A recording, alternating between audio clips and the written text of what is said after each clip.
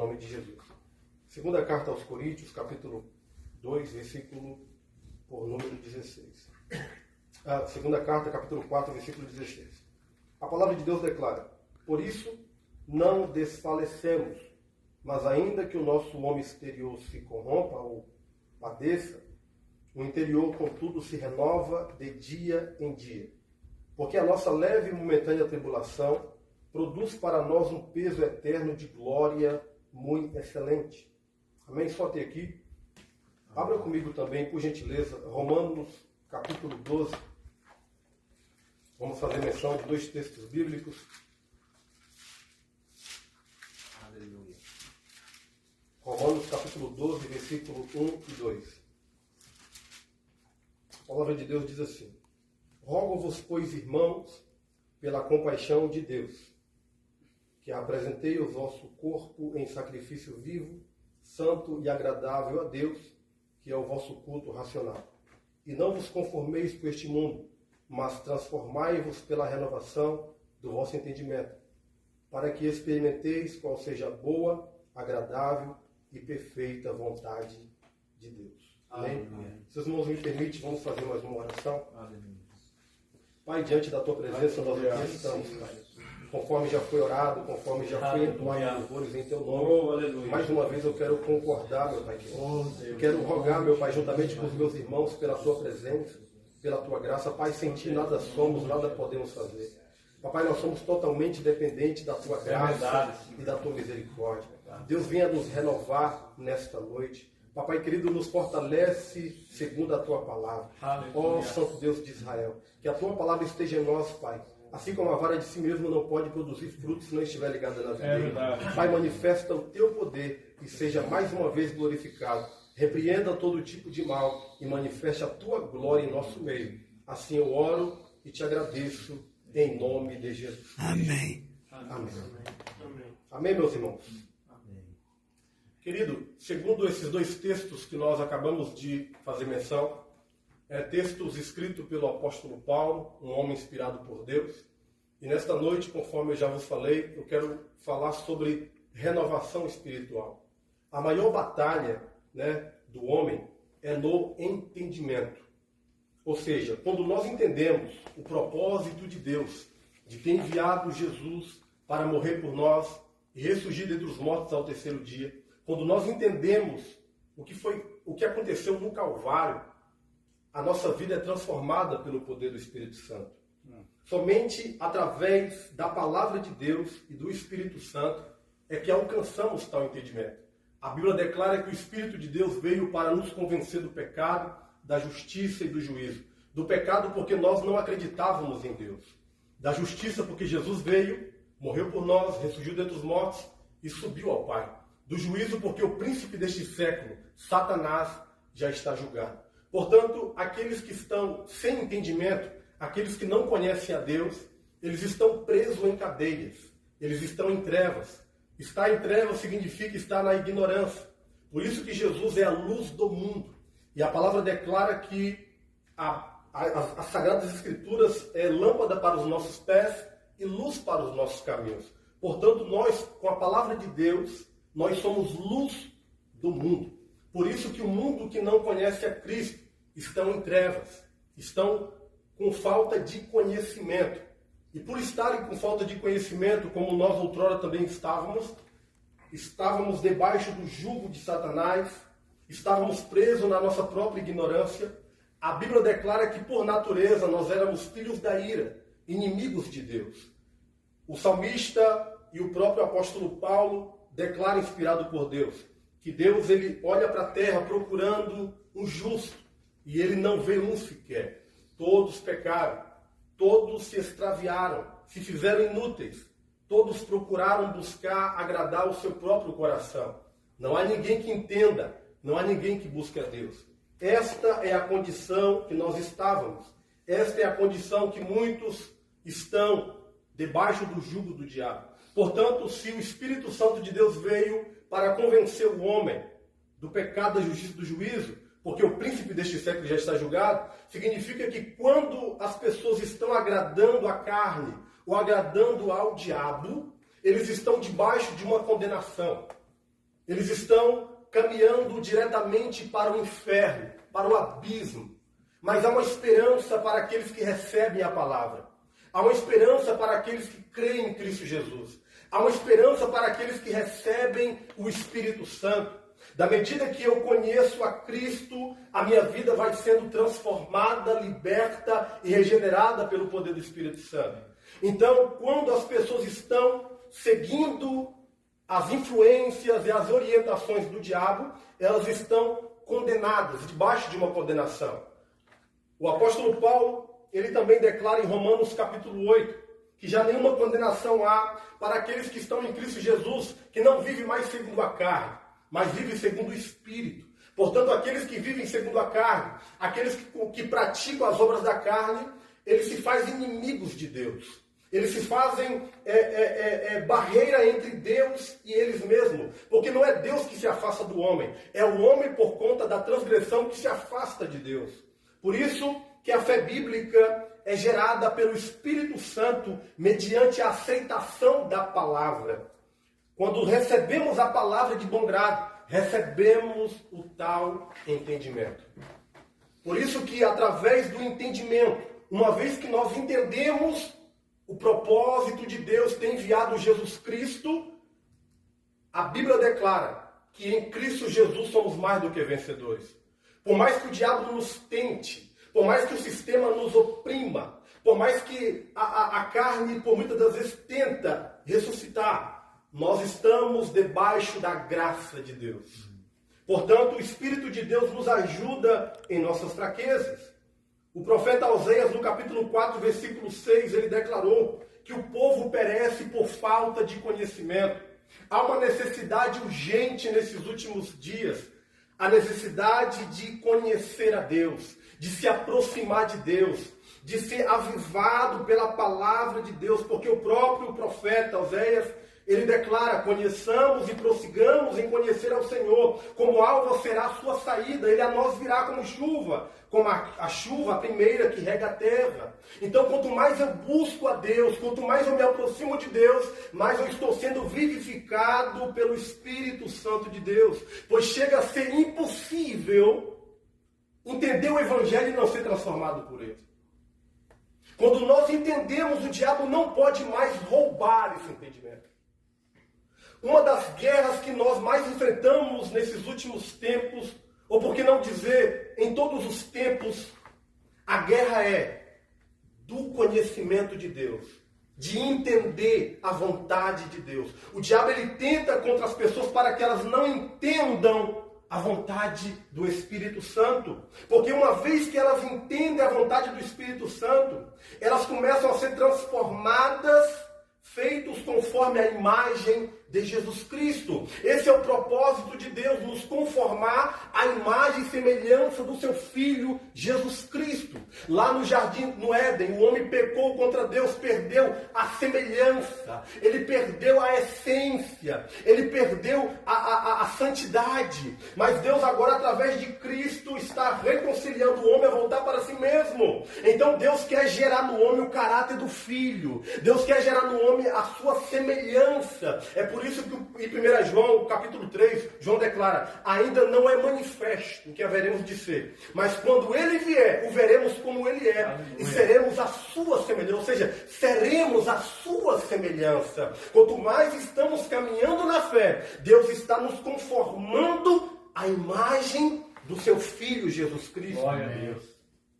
Em Romanos capítulo 8, versículo 18, Romanos foi dito por Paulo, mas foi escrito por Técio. Da medida que Paulo declarava, Técio escrevia. E o que ele escreveu? E sabemos que todas as coisas contribuem juntamente para o bem daqueles que amam a Deus e daqueles que são chamados segundo o seu decreto. Olha que interessante. Todas as coisas cooperam para o bem daqueles que amam a Deus. Significa que as coisas boas e as coisas ruins hão de cooperar para o nosso bem. Mas por que o cristão sofre? Por que o cristão passa por dificuldades? Por que o cristão enfrenta obstáculos, desafios? Por que o cristão está passando por situações difíceis? Por mais que ele crê, por mais que ele busca a presença do Senhor, por mais que ele procura fazer a vontade de Deus, o apóstolo Paulo declara porque verdadeiramente, Romanos 8, 28, todas as coisas, tudo que vem sobre nós, hão de cooperar para o nosso bem. Para que propósito? Versículo 29. Porque os que dantes conheceu também os predestinou, para serem conformes à imagem de seu Filho, a fim de que ele seja o primogênito entre muitos irmãos.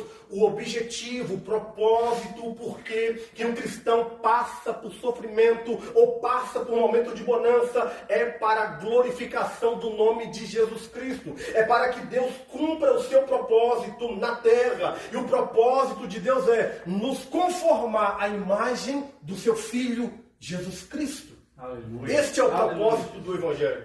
É nós nos tornarmos semelhantes a Cristo. É nós nos tornarmos parecidos com Jesus Cristo. Romanos capítulo 8, versículo 28, Paulo também declara que para que Cristo seja o primogênito entre muitos irmãos.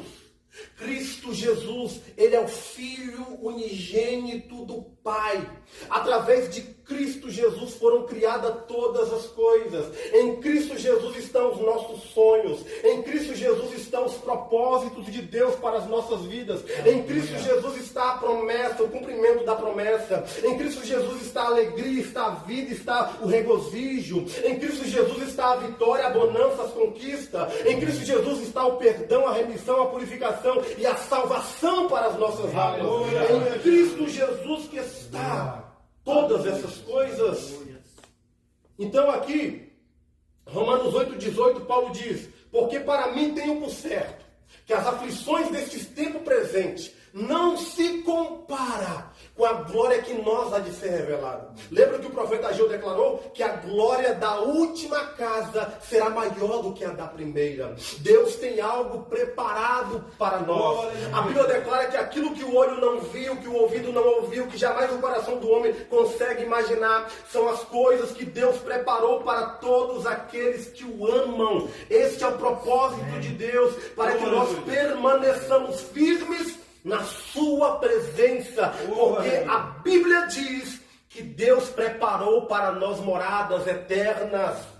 A nossa morada aqui na terra é passageira, é momentânea, vai passar, conforme já foi lido aqui. Tudo que se vê é temporário, é passageiro, mas tudo que não se vê é eterno, permanece para sempre. E aqueles que fazem a vontade do Senhor, aqueles que estão firmados na verdade, firmados na palavra, hão de permanecer para sempre. Por mais que o nosso homem exterior, essa carne aqui padece, sente fadiga, sente cansaço. Há muitos irmãos crentes na fé que já perderam o vigor do primeiro amor, que já perderam a essência, a graça, a força. Eles querem, mas não conseguem, talvez pela imaturidade, talvez pelos embates espirituais, talvez pelas opressões malignas, talvez pelo sistema, talvez pela fadiga, talvez pelo envelhecimento. Vai se deparando com cansaço, vai se deparando com o desânimo, conforme já foi declarado, vai se deparando com as tristezas, porque é a batalha que nós passamos pelos outros, que também sentimos angústia. Da medida que eu estou passando angústia aqui, meu irmão está tendo vitória ali. E às vezes Deus permite que nós passamos problemas para que alguém receba a vitória. Aleluia. É isso que Deus faz. O apóstolo Paulo viveu isso.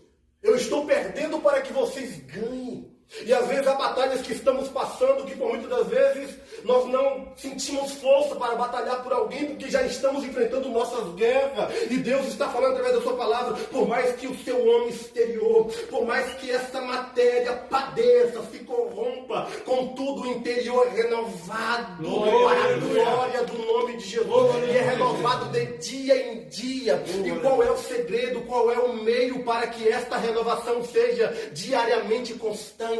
Romanos capítulo 12, versículo 1, Paulo começa a dizer: rogo-vos. Paulo está dizendo: irmãos, eu imploro a vocês que vocês possam apresentar o vosso corpo como sacrifício vivo, santo e agradável a Deus, que é o vosso culto racional. E Paulo está dizendo, Paulo está dizendo assim, meus irmãos, vocês entendem que o vosso corpo é santuário do Espírito Santo, o vosso corpo é templo do Espírito Santo. Ei, permita-me dizer essas palavras, o culto não começa dentro de casa, o culto não começa na congregação, o culto começa dentro do coração do homem. É no coração do homem que o culto é manifesto. Aleluia. É no coração do homem que a graça é manifesta. É no coração do homem que o poder de Deus é manifesto. Da medida que eu estou cultuando a Deus no meu interior, contudo no meu exterior, a manifestação da glória de Deus, eu estou cultuando, trabalhando, eu estou cultuando dentro da congregação, eu estou cultuando, resolvendo situações, eu estou cultuando porque a minha vida pertence a Jesus Cristo. Eu estou oferecendo um culto a Deus, da medida que eu ando, da medida que eu corro, da medida que eu estou parado, da medida que eu falo, da medida que eu penso, da medida que eu sinto, eu estou oferecendo Deus a um culto.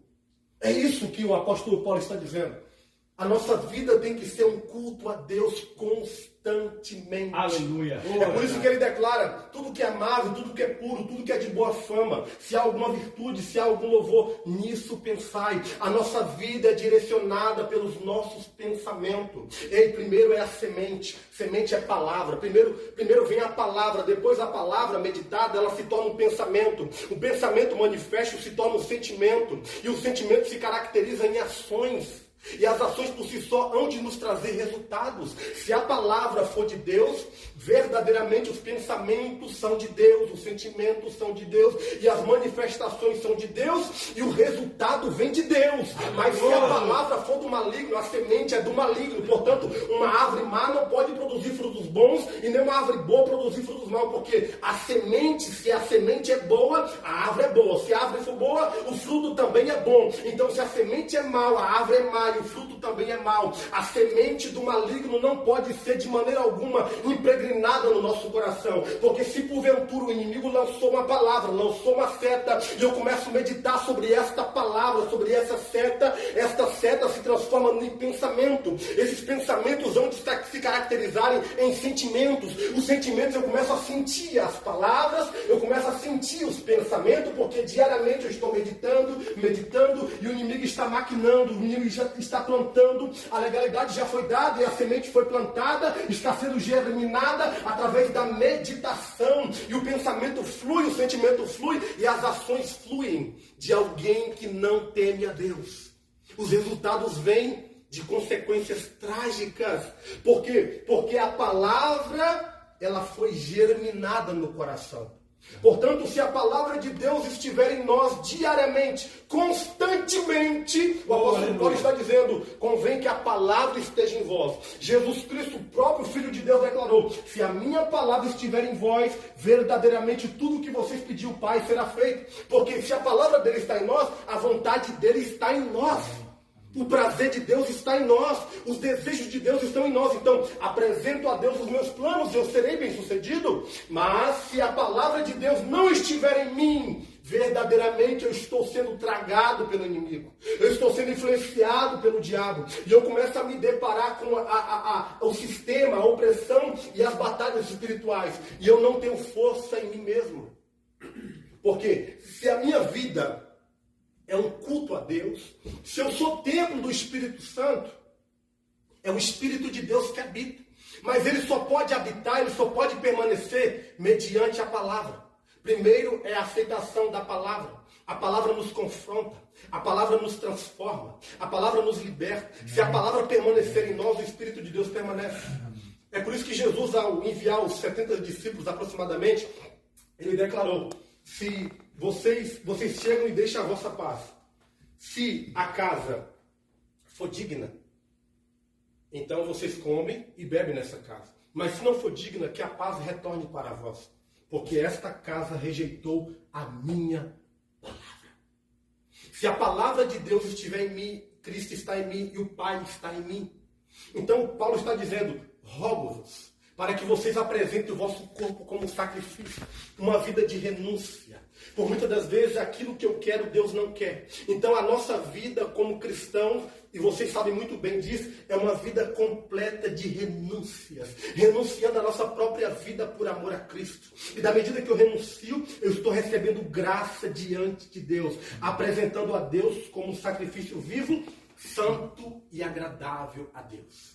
Aleluia. Deus é um Deus santo, e já estou finalizando.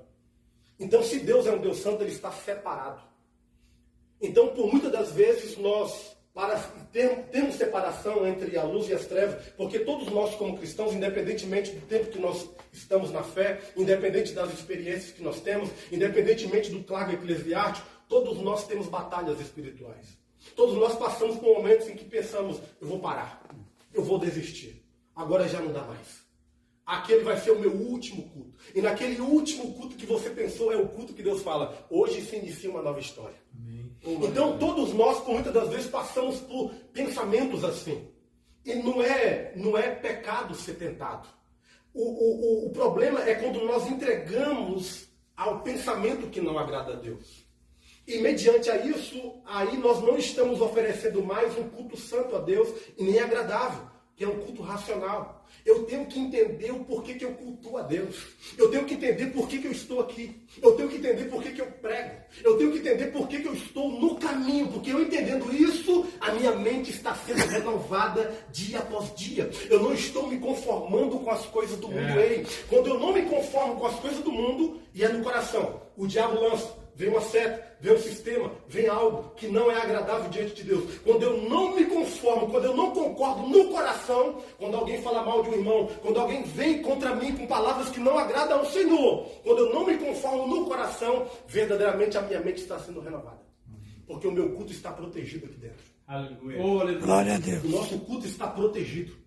O nosso culto está guardado em Deus. Nós estamos oferecendo um culto a Ele, santo e agradável às suas narinas. Então, por isso que eu não posso me conformar com aquilo que Deus não aprova.